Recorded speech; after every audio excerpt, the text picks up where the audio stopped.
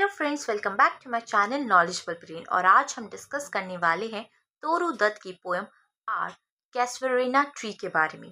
दोस्तों, कैसवेरेना ट्री को oak tree बोला जाता है, ऑस्ट्रेलियन पाइन ट्री बोला जाता है, जाऊ ट्री बोला जाता है, और इसके अलावा मुझे हिंदी में नहीं पता क्या होता है, लेकिन मैं आपको यहाँ पे एक पिक्चर ऐड कर देती हूँ जिससे आपको क्लियर हो जाए कि कौन सा ट्री है। पोएम को समझने से पहले हम जानते हैं कुछ बातें तोरू दत्त के बारे में।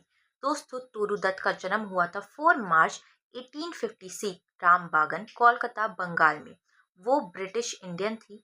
उनकी family highly cultured Christian Bengali family थी।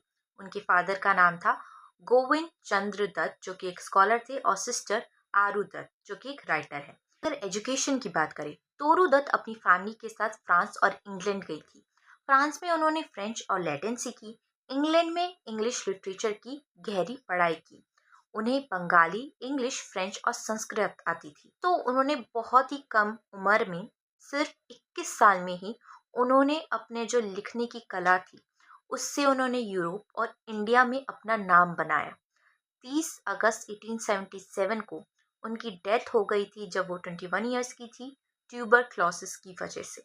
पहली इंडियन पोएटिस थी जिन्होंने इंग्लिश और फ्रेंच में मास्टरी करी थी। उन्होंने अपनी शॉर्ट लाइफ स्पैन में ही इंडियन इंग्लिश लिटरेचर को ग्लोबल पहचान दी थी। कैसवेरीना ट्री के बारे में तो ये एक लिरिकल एलेगी कम ऑड है। इसमें पोएट अपने घर के बागीची की बात करती है, अपने घर के गार्डन की बात करती है, और एक पेड़ की बात करती है जिसका नाम है कैसवेरीना ट्री।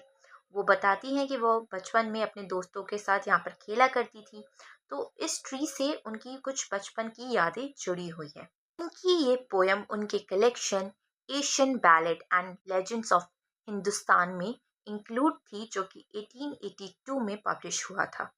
पोएम की शुरुआत में स्पीकर बोलती है, like a huge Python winding round and round. दोस्तों, यहाँ पर क्रीपर यानी कि जो प्लांट है उसको पाइथन सांप से कंपेयर किया गया है। इस लाइन में स्पीकर कह रही है कि जो बेल है, जो क्रीपर है, उस ट्री के ट्रंक पर ऐसे लिपटा हुआ चारों तरफ जैसे कोई सांप हो। The rugged trunk indented deep with scars. ये जो ट्री है वो काफी रफ ट्रंक है और उस पर कुछ डीप स्कार्स है, कुछ निशान है जो लाइफ के स्ट्रगल्स का निशान है, के स्ट्रगल्स का सिंबल है।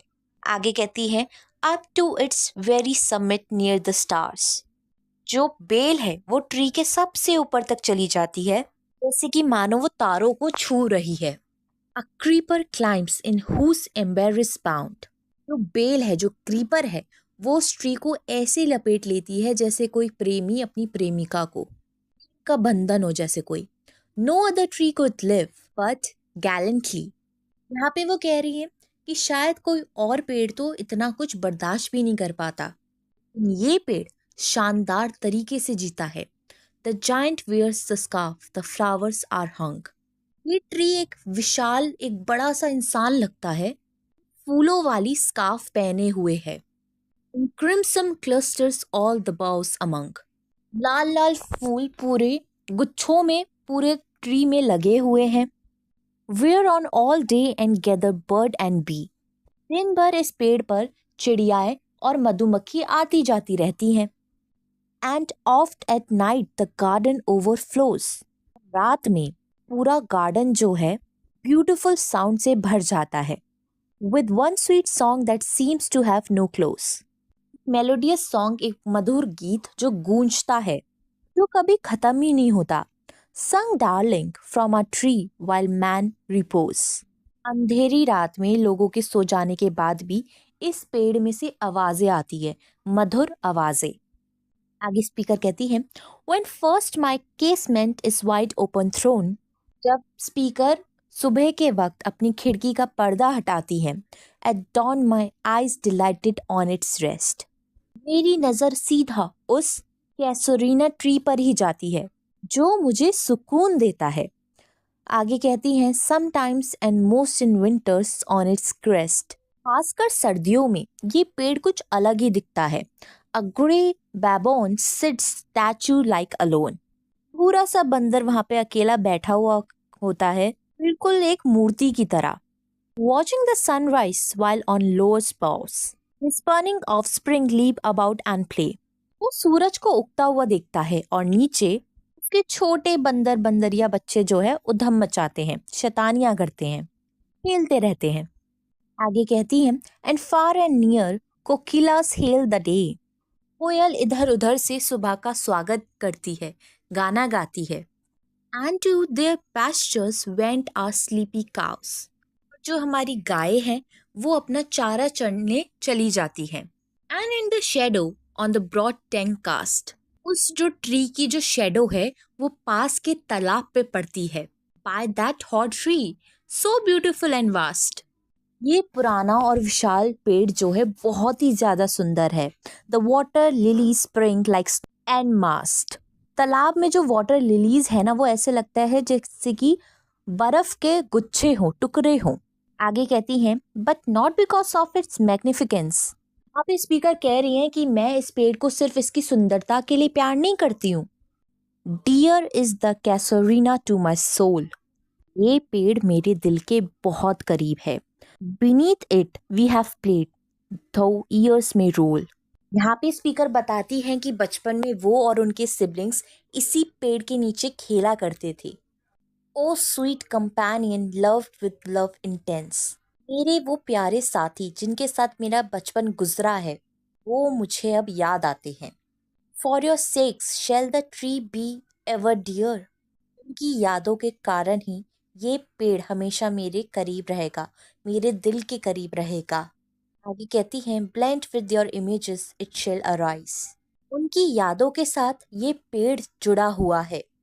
Memory till the hot tears blind mine eyes. की यादों ने मेरी आंखें आंसुओं से भर दी हैं।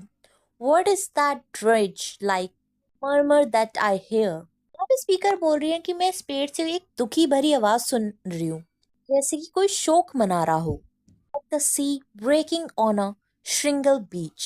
ऐसा लग रहा है जैसे कि मानो कोई समुंदर की जो लहरें हैं वो पत्थरों से टकरा के आवाज निकाल रही हो।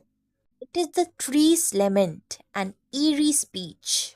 कि ये पेड़ भी शोक मना रहा है, ये एक अजीब और एक दुख भरी बोली बोल रहा है। दैट हैप्ली टू अननोन लैंड में रीच। अभी स्पीकर कह रही हैं कि शायद ये आवाज़ मेरे वो अपने सुन पाए जो मुझसे दूर चले गए हैं, यानी कि वो लोग उनकी डेथ हो चुकी है। आज ये आवाज़ उन तक भी पहुंच रही हो। आगे कहती हैं unknown yet well known to the eye of faith. ये वो जगह है जिसे हम नहीं जानते हैं। मेरी जो आस्था है, मेरा जो फेथ है उसको देख सकता है, महसूस कर सकता है। I have heard that well far far away. ये सिमिलर साउंड मैं फॉरेन लैंड में भी महसूस कर चुकी हूँ। In distant land by many a sheltered bay. जो फॉरेन लैंड के जो समुंदर के किनारे हैं जैसे फ्रांस और यूरोप में, वहाँ उन सब जगह मैं ये चीज़ महसूस कर चुकी हूँ। When slumbered in his cave the water breathed। जब वो सी स्पिरिट जो है गुफाओं में सो रही होती है and the waves gently kiss the classic shore of France or Italy beneath the moon। लहरें शांत लगती है और लैंड को छू रही होती है। चांदनी रात में फ्रांस इटली के बीच में वहाँ के जो किनारे होते हैं समुंदर के किनारे, उनकी बात यहाँ पे स्पीकर कर रही है। और आगे कहती है When earth lay tranced in dreamless soon। पूरी धरती एक गहरी नींद में थी। Every time the music rose before mine inner vision rose a form sublime। वो कह रही है कि जब भी मैं ये मधुर आवाज़ सुनती हूँ, जब ये आवाज़ सुनती हूँ तो मुझे वो अपनी आंखों के सामने ये ट्री ही दिखाई देता है। कैसोरीना जो ट्री है वही नजर आता है। I form O tree as in my happy prime I saw thee in my own loved native clime। मुझे वैसे ही दिखता है ट्री जैसे ये बचपन में था, मेरे बचपन में मुझे दिखाई देता था। आवाज़ों को सुनने के बाद मुझे अपना प्यारा देश, अपना भारत दिखाई देता है, याद आता है, जहाँ मैंने ये ट्री को, कैसोरीना ट्री को देखा था। कहती हैं Therefore I fain would consecrate I lay onto thy honor tree beloved of those। इसी वजह से मैं इस ट्री पर एक पोएम डेडिकेट करना चाहती हूँ। ये कविता उन लोगों के लिए भी है जो इस ट्री से अपने आप को जुड़ा हुआ महसूस करते हैं।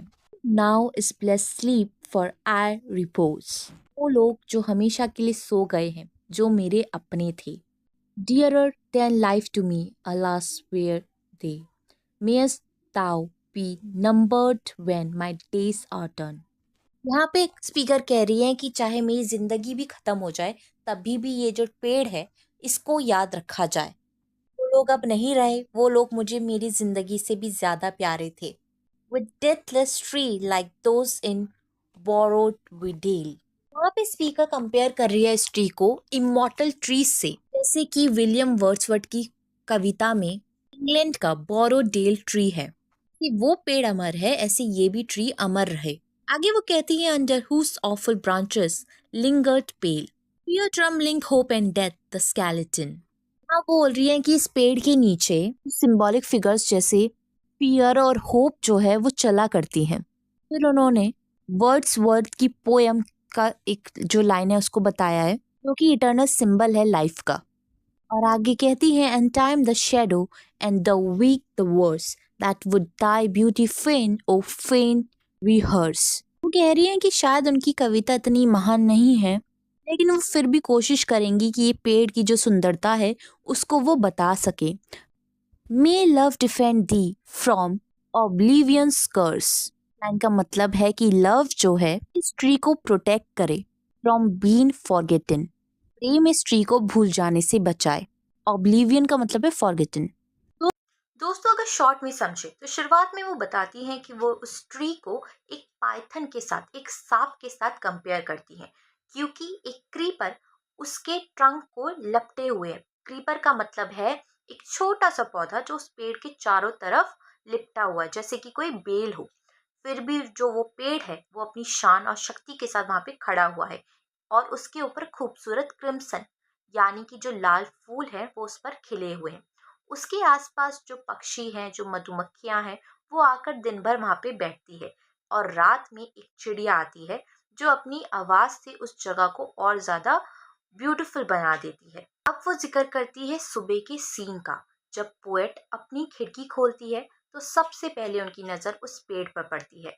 कभी एक बबून उसके ऊपर बैठा रहता है, कभी उसके छोटे छोटे बच्चे वहां पे खेल रहे होते हैं, कभी कोयल जो है अपनी मधुर आवाज में दिन का स्वागत करती है, और जो उस पेड़ के पास जो है गाय जो है वो चारा चल रही होती है. पेड़ के परछाई के नीचे जो है एक बड़ी सी टंकी है, जिसमें मतलब बड़ी सी टंकी का मतलब है पॉन्ड है, एक तालाब है छोटा सा. वहां पे वाटर लिलीज जो कमल होते हैं वो बर्फ जैसे सफेद की तरह, मतलब वाइट कलर के जो कमल होते हैं वो वहां पे खिल रहे होते हैं. पोएट जो है फिर अपने दिल की बात बताती है. वो बताती है ये पेड़ उनके लिए सिर्फ एक खूबसूरत निशानी नहीं है, बल्कि इसके नीचे उन्होंने अपने बचपन के प्यारे दोस्तों के साथ खेल खेले हैं. अब उनके जो दोस्त हैं उनकी याद ही है बस उनके पास, जो उस पेड़ से जुड़ी हुई है, और उनकी यादों की वजह से पोएट की आंखों में आंसू आ जाते हैं. पेड़ की आवाज उन्हें एक शोक गीत जैसी लगती है, जैसे मौनफुल कोई सॉन्ग होता है उसकी जैसी लगती है. उन्हें भी ऐसा लग रहा है कि जो पेड़ है उनके साथ शोक मना रहा है, उन लोगों के लिए जो अब उनकी जिंदगी में नहीं है. तो आगे पोएट अपनी यात्रा का जिक्र करती है. वो कहती हैं कि उन्होंने यूरोप में, फ्रांस में, इटली के जो समुद्री किनारे हैं यानी कि बीचेस है, वहाँ पर उन्होंने अपना वक्त गुजारा है, और वो रात में समुंदर के पास जाती थी, लहरों की आवाज़ उनके कानों में गूंजती थी. तब उन्हें हमेशा अपने घर की, इस पेड़ की याद आती थी. मतलब ये पेड़ उनके लिए दुनिया के किसी भी कोने में एक इमोशनल कनेक्शन बन गया था. इसमें पोएट चाहती है कि ये पेड़ उनके प्यारे दोस्तों की तरह हमेशा अमर रहे, जैसे कि बाकी के जो इंग्लिश पोएट्स हैं, जैसे विलियम वर्ड्सवर्थ, उनके जो पेड़ है, इमॉर्टल ट्रीज हैं, उनका जिक्र किया जाता है आज भी. वैसे ही तोरू दत्त चाहती है कि उनका कैसोरीना ट्री भी हमेशा याद रखा जाए. अगर उनकी कविता कमज़ोर भी हो जाए, तब भी जो उनका प्रेम है, उनकी जो श्रद्धा है, इस पेड़ को लेकर वो कभी भुलाई ना जाए. दोस्तों आई होप आपको ये पोएम समझ में आई हो. कि बस इतना ही. Thank you for watching this video. Bye bye.